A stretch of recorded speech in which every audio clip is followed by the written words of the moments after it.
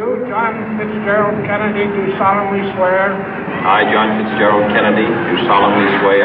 That you will faithfully execute the office of President of the United States. That I will faithfully execute the office of President of the United States. And will, to the best of your ability.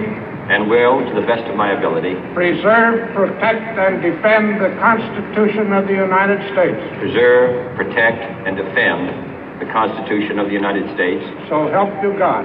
So help me God.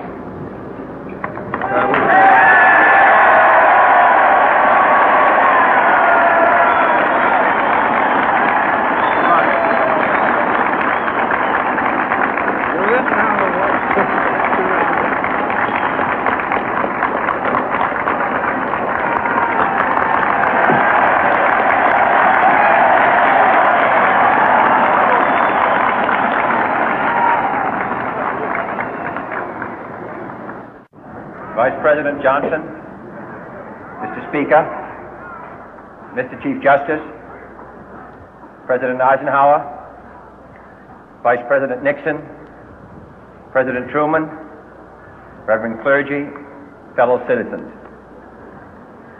We observe today not a victory of party, but a celebration of freedom, symbolizing an end as well as a beginning, signifying renewal as well as change.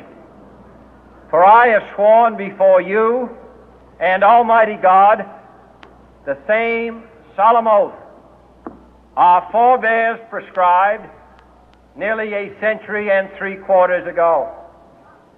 The world is very different now, for man holds in his mortal hands the power to abolish all forms of human poverty and all forms of human life. And yet the same revolutionary beliefs for which our forebears fought are still at issue around the globe. The belief that the rights of man come not from the generosity of the state, but from the hand of God. We dare not forget today that we are the heirs of that first revolution. Let the word go forth from this time and place to friend and foe alike that the torch has been passed to a new generation of Americans born in this century, tempered by war, disciplined by a hard and bitter peace, proud of our ancient heritage, and unwilling to witness or permit the slow undoing of those human rights to which this nation has always been committed and to which we are committed today at home and around the world.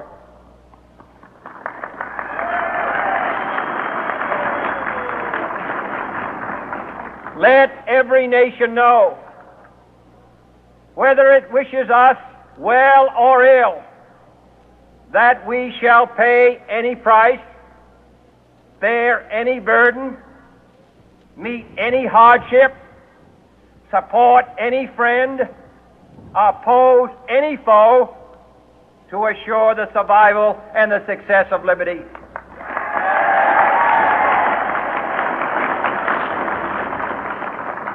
This much we pledge and more. To those old allies whose cultural and spiritual origins we share, we pledge the loyalty of faithful friends. United, there is little we cannot do in a host of cooperative ventures. Divided, there is little we can do, for we dare not meet a powerful challenge at odds and split asunder. To those new states whom we welcome to the ranks of the free, we pledge our word that one form of colonial control shall not have passed away merely to be replaced by a far more iron tyranny. We shall not always expect to find them supporting our view, but we shall always hope to find them strongly supporting their own freedom, and to remember that in the past, those who foolishly sought power by riding the back of the tiger ended up inside.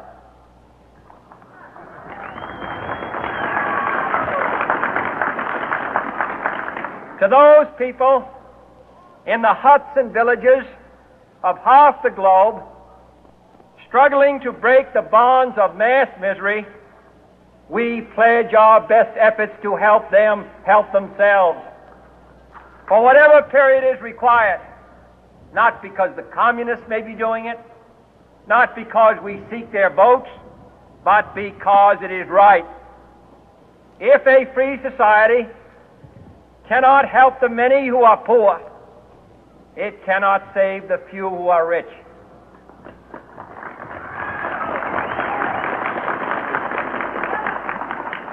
To our sister republics south of our border, we offer a special pledge to convert our good words into good deeds, in a new alliance for progress, to assist free men and free governments in casting off the chains of poverty. But this peaceful revolution of hope cannot become the prey of hostile powers. Let all our neighbors know that we shall join with them to oppose aggression or subversion anywhere in the Americas. And let every other power know that this hemisphere intends to remain the master of its own house.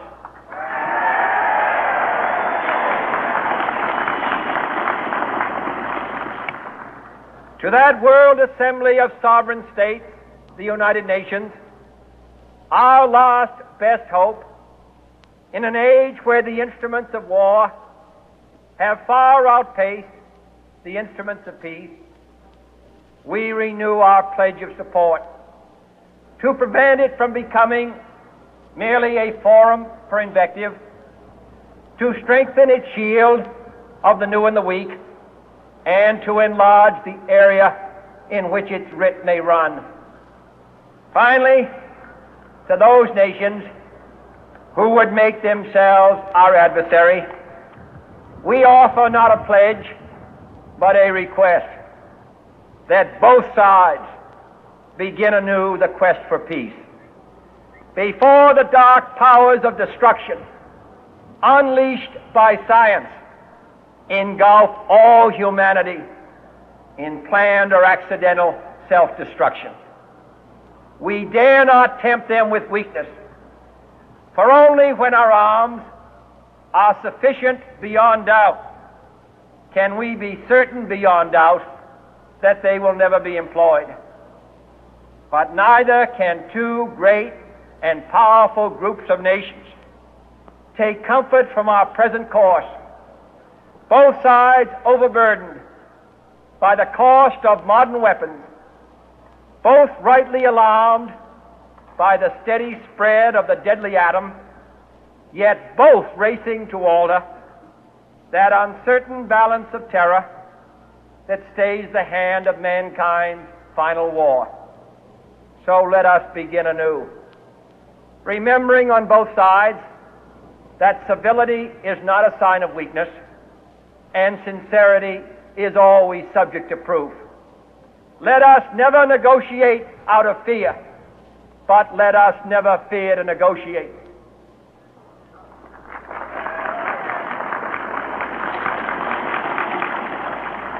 Let both sides explore what problems unite us, instead of belaboring those problems which divide us. Let both sides, for the first time, formulate serious and precise proposals for the inspection and control of arms, and bring the absolute power to destroy other nations under the absolute control of all nations.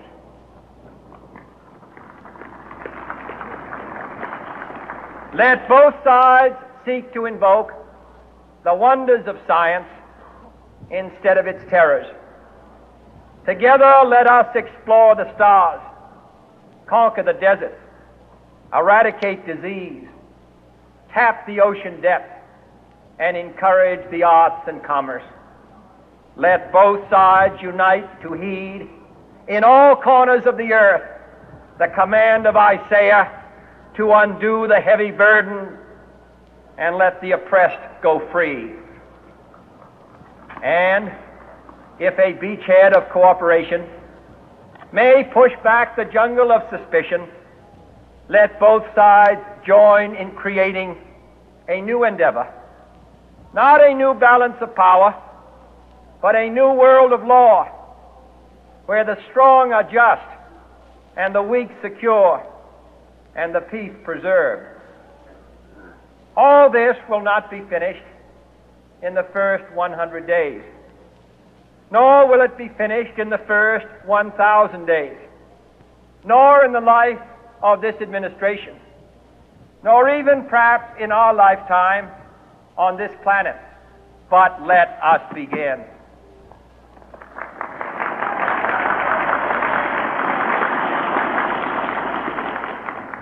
In your hands, my fellow citizens, more than mine, will rest the final success or failure of our course.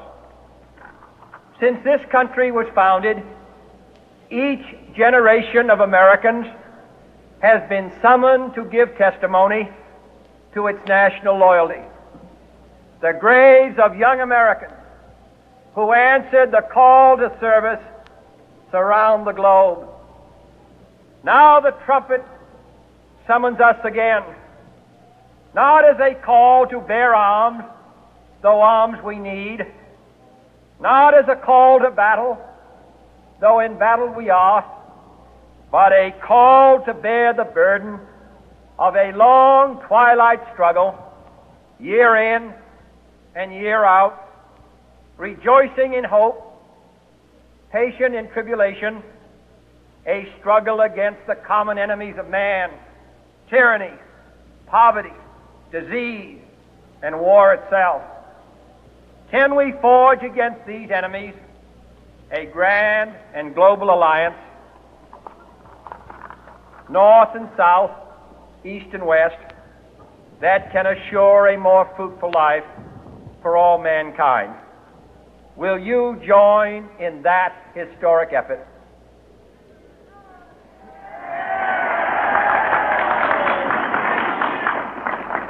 In the long history of the world, only a few generations have been granted the role of defending freedom in its hour of maximum danger. I do not shrink from this responsibility. I welcome it.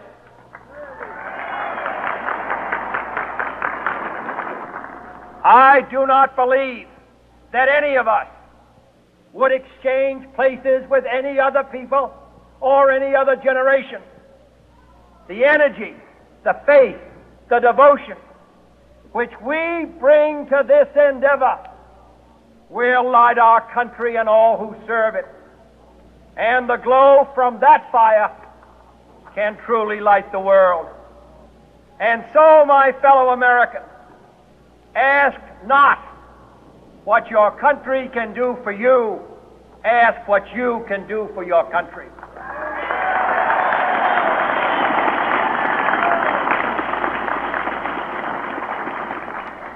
My fellow citizens of the world, ask not what America will do for you, but what together we can do for the freedom of man.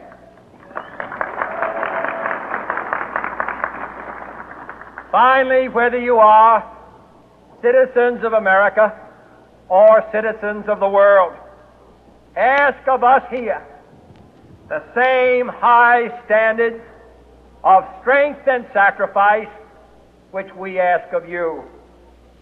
With a good conscience, our only sure reward, with history the final judge of our deeds, let us go forth to lead the land we love, asking His blessing and His help, but knowing that here on earth God's work must truly be our own.